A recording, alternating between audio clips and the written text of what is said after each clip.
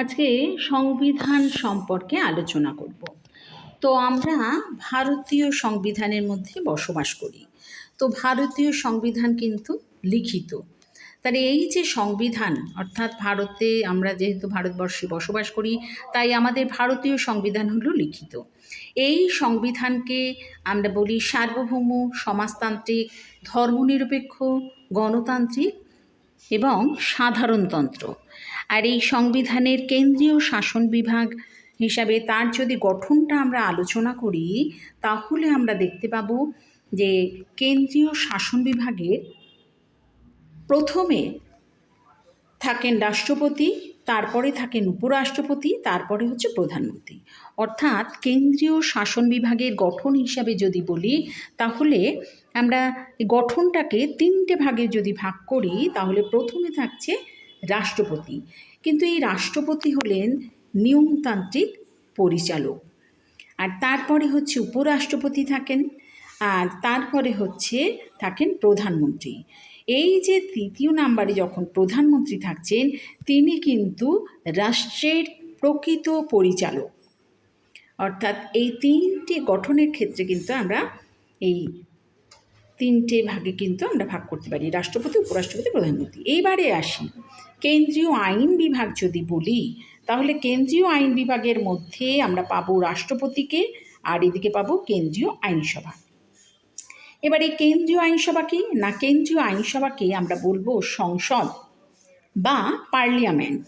তাহলে এই যে পার্লিয়ামেন্ট, একে কিন্তু আমরা আবার দুটো ভাগে ভাগ করছি।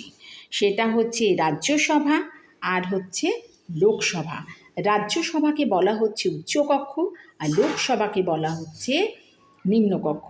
তাহলে কেন্দ্রীয় আইনসভা বা সংসদ বা পার্লামেন্ট, এটাকে আমরা দুটো ভাগে ভাগ করতে পারছি।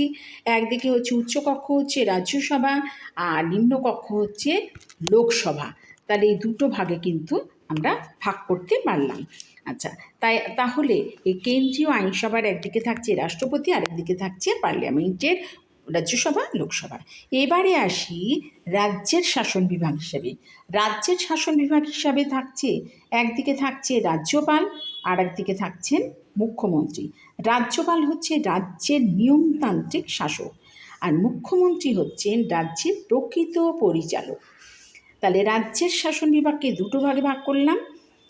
তাহলে রাজ্যের নিয়মতান্ত্রিক শাসক হিসাবে আমরা রাজ্যপালকে পাচ্ছি, আর রাজ্যের প্রকৃত পরিচালক হিসেবে মুখ্যমন্ত্রীকে পাচ্ছি। এবারে আসি রাজ্যের যে আইনসভা, সেক্ষেত্রে আমরা পাচ্ছি একদিকে রাজ্যপালকে পাচ্ছি, আর একদিকে পাচ্ছি রাজ্য আইনসভা বা দ্বিকক্ষ বিশিষ্ট আইনসভা।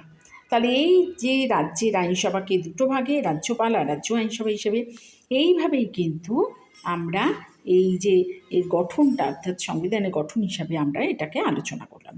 তাহলে আমরা দেখি যে আমাদের রাজ্যের মুখ্যমন্ত্রী হচ্ছে প্রধান, অর্থাৎ যে রাজ্যের প্রকৃত পরিচালক হচ্ছে মুখ্যমন্ত্রী। মুখ্যমন্ত্রী কিন্তু প্রকৃত পরিচালক। এই মুখ্যমন্ত্রীকে কিন্তু নিযুক্ত করেন রাজ্যপাল, অর্থাৎ নিয়োগ করেন রাজ্যপাল, আর মুখ্যমন্ত্রী তার কাজের জন্য কিন্তু বিধানসভার কাছে দায়ী থাকেন। তো এইভাবে কিন্তু আমি এই রাজ্যের যে শাসন বিভাগ, যে আইনসভা, এগুলোকে ভাগগুলো তোমরা একটু দেখবে। তাহলে এইভাবেই আজকে আলোচনাটা করলাম।